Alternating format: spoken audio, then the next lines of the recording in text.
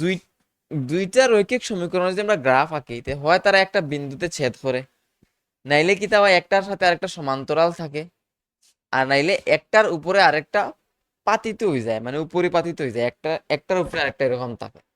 ঠিক আছে, তো যদি দুইটা রৈখিক সমীকরণের গ্রাফ একটা বিন্দুতে ছেদ করে, তাহলে আমরা বুঝি তার একটা মাত্র সমাধান আছে।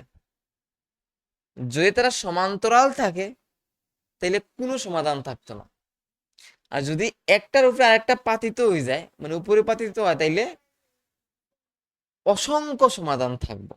ঠিক আছে, তাহলে একটা রৈখিক সমীকরণের গ্রাফ দেখে, মানে একটা না দুইটা রৈখিক সমীকরণের গ্রাফ দেখে হইতে পারবা যে তার মধ্যে কতগুলা সমাধান আছে।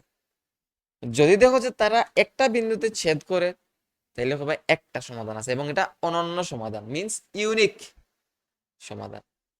এটা ছাড়া আর